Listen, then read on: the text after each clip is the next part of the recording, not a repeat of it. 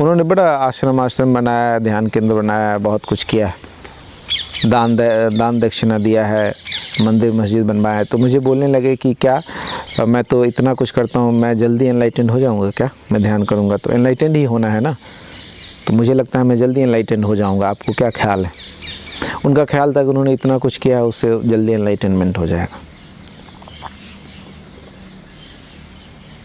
ये जो ख्याल है कि ये करने से ये होगा, ये नहीं करूँगा तो ये नहीं होगा, ये भी झूठा ख्याल है। कुछ लोगों को यह भी लगता है करने से कुछ होगा, ये ख्याल ही बहुत बेवकूफ़ी वाला ख्याल है। कुछ लोगों को लगता है कि ध्यान करूँगा तो ज्ञान को उपलब्ध हो जाऊँगा, और मांसाहार करूँगा तो पापी हो जाऊँगा। ये मन के खेल हैं। करने से आपके जीवन में कुछ भी फर्क नहीं करता, ना तो दान करने से आपको कोई लाभ होता है, न चोरी करने से आपको कुछ नुकसान होता है। ये मन की व्याख्याएं हैं। ऐसा मैं नहीं कह रहा हूँ कि आप दान मत करिए, आप चोरी करना शुरू कर दीजिए, लेकिन मैं ये कह रहा हूँ, मैं आपको व्यवहारिक चीज़ें हैं वो अलग हैं, लेकिन अगर धर्म की बात करें, नैतिकता है, अगर कोई गरीब आदमी है आप उसको पैसा दे रहे हैं, नैतिक बात है, सामाजिक बात है, लेकिन ये धार्मिक घटना नहीं है। धार्मिक आदमी जैसा कुछ होता भी नहीं है। हम 1 घंटा ध्यान करते हैं, हमें लगता है कि हम धार्मिक आदमी हैं। क्यों? मैं लोगों से पूछता हूँ, कई बार लोग मुझसे कहते हैं कि मैं सन्यासी हूँ। मैं पूछता हूँ कैसे आप सन्यासी हैं? तो मैं रोज़ ध्यान करता हूँ। तो उनको लगता है सन्यास कोई ऐसी चीज़ है जो करने से होती है, धर्म कोई चीज़ है जो क्या करूँ? लोग पूछते हैं क्या करूँ? ये ख्याल आपके पहले झूठ से आया। आपको लगता है आप अलग हैं, आप इंडिविजुअल हैं और आपका होना सत्य है, आपकी अलग एंटिटी हैं, तो आप कुछ करेंगे, इससे कुछ होगा। ये बहुत ही बचकानी चीज़ है, ये भी सपने का हिस्सा है। आपके करने से कुछ होगा नहीं, क्योंकि आप करता है ही नहीं। करता होने का मतलब हो गया अलग होना चीज़ों से। तो अगर आप मेरी बात अभी तक ठीक से सुन पा रहे हैं तो आपको ये समझ में आएगी कि जब आप अलग नहीं हैं किसी चीज़ से, तो आप करता कैसे हो सकते हैं? तो अष्टावक्र कहते हैं कि न कर्ता सी न भोक्ता सी, न तो करने वाला है न अनुभव करने वाला है। तो अगर आप करता है ही नहीं तो फिर आप ध्यान करने से कुछ कैसे कर लेंगे? तो ध्यानी होने का बोध और अध्यानी होने का, संसारी होने का बोध कर्म की वजह से। कुछ लोग जो बिल्कुल बेवकूफ़ लोग हैं, जड़ लोग हैं, वो अपने आप को संपत्ति से तौलते हैं, उनके पास क्या है। जब हम कहते हैं कि फला आदमी धनी है, तो हम ये कह रहे हैं कि उसके पास कुछ चीज़ें हैं, उसकी संपत्ति से हम उसको डिफाइन कर रहे हैं कि उसके पास कार है, उसके पास बंगलो है, बैंक बैलेंस है, प्रॉपर्टीज़ है, तो वो अमीर है। ये सबसे घटिया व्याख्या है। ये भी सपने का हिस्सा है। दूसरा सपना है हम करने से डिफाइन करते, वो आदमी बड़ा भला है। कैसे? तो उसने स्कूल बनवाए हैं, अस्पताल खुलवाए हैं। ये नैतिकता की हमारी डेफिनेशन है करने से। फिर हम किसी के बारे में बोलते हैं वो आदमी बड़ा धार्मिक है। कैसे? वो ध्यान करता है, भजन करता है, कीर्तन करता है। कर्म को एक तो संपत्ति को आधार मान के जो व्याख्या करते हैं वो भी व्यर्थ की व्याख्या है, उससे भी कुछ नहीं होता। आपके पास क्या है इससे कोई फर्क नहीं पड़ता आपके जीवन में।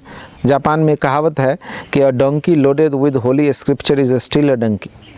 एक गधा जिस पे पवित्र किताबें लदी हो, ग्रंथ लदी हो, उससे क्या फ़र्क पड़ता है? गधा गधा है। आपके पास क्या है इससे आप क्या फ़र्क? आप धनी कैसे हो पाएंगे? आपके पास क्या है इससे धन का कोई संबंध नहीं है, धनी होने का कोई संबंध नहीं। ऐसा भी हो सकता है कि कोई आदमी किसी के पास कुछ भी नहीं हो, धनी है। धन का वस्तुतः संबंध है खर्च करने की क्षमता से। अगर आपके पास 1 करोड़ रुपया है और आपको लग रहा है कि आप धनी है, तो 1 करोड़ जरा खर्च करके आज के आज मुझे दिखा दीजिए कि पूरा का पूरा खर्च कर दिया। आप नहीं कर पाएंगे। किसी ज़रूरी या मजबूरी में आप कर पाएंगे, बीमारी पर जाए उसमें भी आपका दम निकल जाएगा। आपकी क्षमता, जैसे जैसे पैसा बढ़ता है वैसे वैसे खर्च करने की क्षमता कम होती चली जाती है। फिर भी जिनके पास धन है हम बोलते हैं वो अमीर है, वो बिल्कुल अमीर नहीं है। ऐसा हो सकता है कि किसी के पास 1000 रुपये हो, 1000 का 1000 पूरा खर्च कर दे, वो आदमी अमीर है क्योंकि उसके अंदर क्षमता पूरी है। 1000 है, 1000 कम खर्च कर दिया। 1000 जिसके पास है और उसने 1000 खर्च कर दिया तो उसने 100% खर्च कर दिया। लेकिन 1 करोड़ वाला आदमी 1 करोड़ पूरा खर्च नहीं कर सकता, तो खर्च करता है अपने धन का 1%। तो उसको 1% का ही मालिक है जितना आप खर्च कर पाते हैं सहजता से, बिना किसी के दिखाने के भाव से। दिखाने के लिए आप भले ही शादी में 5 लाख खर्च कर ले, बीमारी के नाम पे अभी डरा करके आपको कोरोना के इलाज के नाम पे 10 लाख रुपए कोई हॉस्पिटल ऐंठ ले, वो अलग चीज़ है। आपको डरा के लोभ, आपके भीतर भय और लोभ जगा करके कुछ भी कराया जा सकता है आपसे, क्योंकि भय और लोभ के क्षण में आप एकदम अंधे और मूर्ख हो जाते हैं, फिर कुछ भी करने को आप तैयार हो जाते हैं, लेकिन सामान्यतः आप नहीं कर पाएंगे। तो आप हैविंग से डिफ़ाइन करते हैं, वो बहुत ही गलत चीज़ है। फिर आप डूइंग से डिफ़ाइन करते हैं, वो भी सपने का हिस्सा है। फला आदमी ये काम करता है। अब कोई आदमी, आप ये इसका दूसरा पहलू भी अगर देखें कि 1 घंटा कोई आदमी ध्यान करता है और 23 घंटा बकवास करता है, तो भी हम बोलते हैं कि वो ध्यानी है। सिर्फ 1 घंटा ध्यान करता है, 23 घंटा वो सारी चीज़ें करता है जो ध्यान के खिलाफ है, फिर भी वो अपने आप को कहे चला जाता है मैं ध्यानी। हैविंग और डूइंग के जो परिणाम है और उसकी व्याख्या है, ये व्याख्या सपने का हिस्सा है। इस चीज़ को अगर आप समझते हैं तो इस समझ से ही ये, इसको समझना ही जागरण है। ऐसा नहीं कि आप कुछ करना होगा इस चीज़ को समझने के बाद जागने के लिए। ये बात अगर आप सुन पा रहे हैं जो मैं कह रहा हूँ, अगर आपका मन बीच में नहीं आ रहा है, इस क्षण आप सपना नहीं देख रहे हैं, हो सकता है इस क्षण मैं बोल रहा हूँ आप इस क्षण सपना देख रहे हो, आप आपके कान मेरे शब्द तो सुन रहे हो, लेकिन आपके मन में कोई और ही कहानी चल रही हो, कोई और ही दृश्य घूम रहा हो, या मेरी ही बातों पे आप सहमति और असहमति में मुंडी हिला रहे हो, तो आप सपना ही देख रहे हैं। मैं आपके सपने का हिस्सा हूँ। कई बार सपने में आप घंटी की आवाज़ सुनते हैं, बाहर से आ रही घंटी की आवाज़ आपको लगता है अंदर में किसी मंदिर में घंटी बज रही है। इसी तरह के आप, अगर मैं बोल रहा हूँ लेकिन आपके भीतर अगर सपना चल रहा होगा, तो सपने में ही आपको मेरी बातें और आपको गहरी नींद में ले जाएगी, जागरण फलित नहीं होगा। लेकिन यदि आप मुझे थोड़ा भी सुन पा रहे हैं, क्योंकि इतने दिनों से, पिछले 2-3 महीने से हम कोशिश में लगे हुए हैं कि थोड़ी जागरण फलित हो, थोड़ी भी सुगबुगाहट अगर आप में आई है, अगर आप मुझे सुन पा रहे हैं, तो ये सुन पाना ही जागरण की शुरुआत है। इसके लिए कुछ करना नहीं पड़ता है, सुनना पर्याप्त है।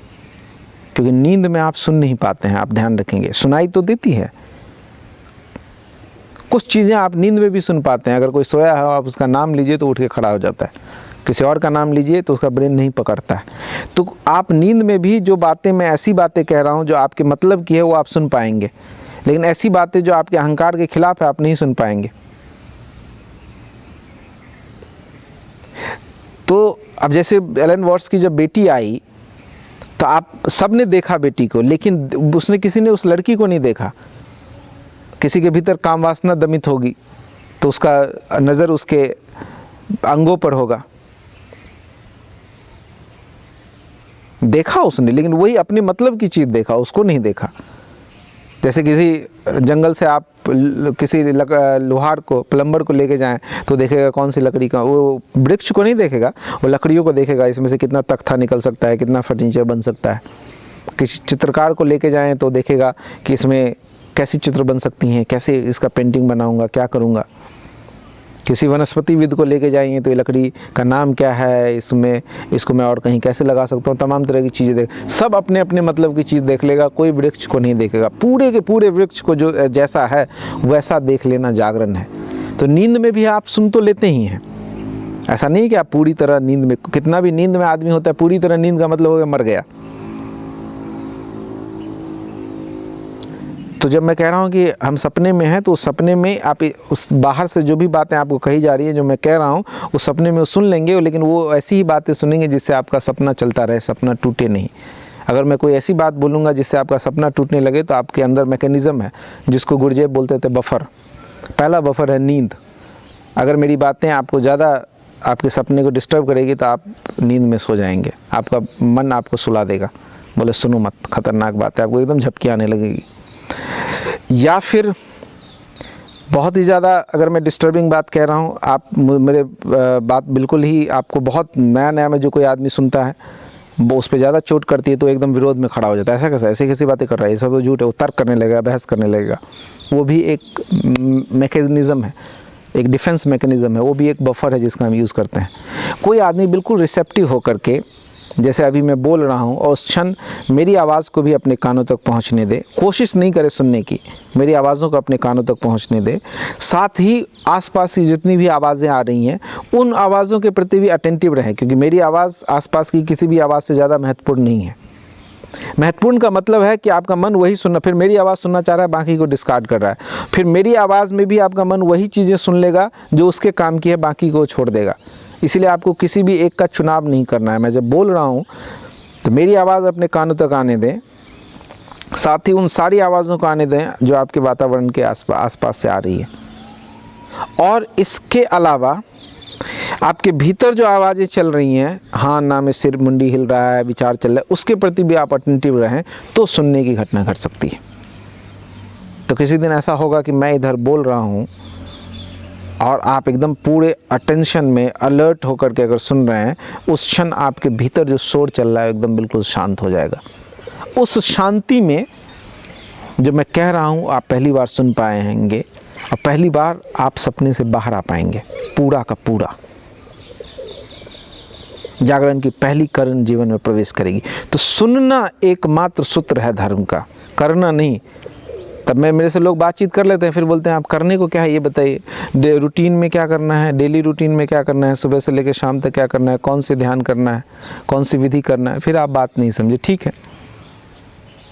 तो करने में भी करने की थोड़ी उपयोगिता है। अगर सुनना काम नहीं आया, आप सुन नहीं पा रहे हैं, तो करने की उपयोगिता है। लेकिन करने की उपयोगिता के पीछे 2-3 शर्त है। पहली शर्त है कि करना कुछ ऐसा है जिससे समझ आए, सुनने में जिससे मदद मिले। करना भी इसलिए है ताकि अगर सुनने में ब्लॉकेज है, अभी आप नहीं सुन पा रहे हैं, तो अब सुनने के लिए कुछ करना पड़ेगा। इतनी उपयोगिता है कि उस विधि को करने से आप सुनना सीख पाए। अगर वो विधि आपको सुनने में सहायक नहीं है तो विधि किसी काम का नहीं है। अगर वो विधि आपके जीवन में अनुभव लेकर के आ रहा है, उन अनुभव में अच्छे बुरे के अनुभव में आप फंस रहे हैं, हाँ बड़ा अच्छा लग रहा है विधि करके, बड़ी आनंद आया, तो आप गए। फिर विधि की उपयोगिता कुछ भी नहीं है, आपने उसको नष्ट कर दिया। फिर विधि का जो काम था वो काम न लेके आपने कुछ और काम ले लिया। जैसे हीरे से बटखरे का काम ले कोई, उससे आलू तौलना शुरू कर दे। इसी तरह आपने विधि का उपयोग मन शांत करने, नींद आने के लिए करने लगे। जैसे कुछ लोग सोने से पहले ओशो को बजा लेते हैं, जिनको सुन के जागना था उनका उपयोग वो ठीक है, आपने उपयोग कर लिया, लेकिन वो उपयोग नहीं था उसका। ओशो से मैंने एक कहानी सुनी कि द्वितीय विश्व युद्ध में बर्मा में सैनिकों का एक हवाई जहाज़, सैनिक मारे गए, उनका जो प्लेन था वो वहाँ पे गिर गया। वो प्लेन साबुत ही था, उसमें कुछ नुकसान नहीं हुआ था, वो नीचे रह गया, सैनिक मारे गए। तो गांव के लोगों ने जब उस विमान को देखा तो उन्होंने कभी विमान को देखा नहीं था, ये तो कुछ अजीब ही चीज़ थी। तो उनको समझ नहीं आया कि इसका क्या करना है। तो कुछ दिनों तक उसको देखते रहे, लेकिन उसमें जो पहिए लगे हुए थे तो गाँव के लोगों ने दिमाग लगाया, फिर उसमें बैल बांध दिया और उसको बैल से जोतते थे विमान को। बैलगाड़ी में पीछे जोत दिया, गाड़ी के बदले वो विमान रहने दिया, उस पर बैठ के लोग जाते थे। बहुत बाद में जब बाहर का कोई आदमी है बोले कि विमान से बैलगाड़ी का काम ले रहे, जो आसमान में उड़ सकता है उसको तुम बैल के साथ जोत रहे हो। तो विधि का उपयोग भी हम शांत करने के लिए करने लगते हैं मन को।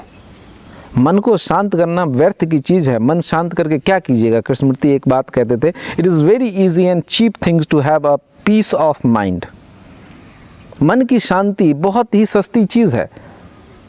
ज़रा 2-4 बार ओम नमः शिवाय, ओम नमः शिवाय कर लीजिए, ओम ओम चिल्ला लीजिए, उससे भी मन की शांति मिल जाएगी। थोड़ा शराब पी लीजिए, गांजा पी लीजिए, उससे भी मिल जाएगी। उसके लिए ध्यान करने की, सतयोग करने की ज़रूरत नहीं है। ध्यान का उद्देश्य है शांत मन, मन की शांति नहीं, मन ही शांत हो जाए, नो माइंड जिसको ज़हन कहते हैं। लेकिन हम हीरे का भी काम ऐसी चीज़ों में लेते हैं जिसका जवाब नहीं। धर्म ग्रंथ का भी, धार्मिक वचनों का भी हम उपयोग ही बहुत अजीब ढंग से करते हैं, वो भी हमारी नींद का हिस्सा है। तो हम नींद में वही चीज़ें करते हैं जिससे नींद में सहयोगी मिले। थोड़ी बहुत कुछ जीवन में घटनाएं घट जाती है, कोई मर जाए तो हमारा नींद डिस्टर्ब हो जाता है, तो हम धर्म के उत्सुक हो जाते हैं। बताएं, अभी इरफान खान मर गया तो बम्बई से मेरे एक दोस्त ने मुझे फ़ोन किया, बोल दोस्त बताओ क्या करूं, कि नींद अब उसकी डिस्टर्ब हो गई, पैसा के पीछे लगा हुआ है, धन के पीछे पागल है, पद के पीछे पागल है। अब लग रहा है इरफान के पास तो धन भी था, सब कुछ था, नाम था, ऐसा आदमी भी जब मर गया तो मैं भी शायद मर जाऊं, तो घबराहट में फ़ोन कर रहा है। फिर वो धर्म का भी इस्तेमाल कर रहा है अपनी नींद को गहराने के लिए, जागने के लिए नहीं। तो 99% लोग जिनको आप धार्मिक समझते हैं, उनमें आप अपने आप को भी गिने, वो वस्तुतः धार्मिक नहीं है, वो सिर्फ कहने को धार्मिक है। धर्म का मतलब है इस 3 के जाल से, अद्वैत की दुनिया से बाहर निकलना, अद्वैत में जीना। अद्वितीय की तलाश धर्म की खोज है, और उसका सूत्र है कान। आप कह सकते हैं जिसके पास कान नहीं है तो क्या वो धार्मिक नहीं हो सकता? फिर उसका सूत्र है आँख। आँख से भी वही काम लिया जा सकता है, देखते समय भी वही घटना की जा सकती है। कान ज़्यादा सुगम है कान से, क्योंकि कान 24 घंटा खुली हुई, कान खुले हुए हैं, कान को आप बंद भी नहीं कर सकते। आँख को तो आप आँख के आप करता भी हो सकते हैं, पलक को आप झपक सकते हैं, बंद कर सकते हैं। कान में आपको ये सुविधा भी परमात्मा ने नहीं दी है कि आप बंद कर ले, जब तक आप ज़बरदस्ती ही ना करें। रात सोते समय भी कान आपका खुला हुआ है, इसीलिए कान ज़्यादा सुगमता से कान के थ्रू सत्य तक पहुंचा जा सकता है। फिर किसी भी इंद्रियों से पहुंचा जा सकता है। मान लीजिए कोई बहरा है तो फिर वो आँख से पहुंच सकता है, नाक से पहुंच सकता है, छूने से पहुंच सकता है, स्वाद से पहुंच सकता है। सूत्र वही है जो मैंने आपको बताया, चुनाव रहित होना।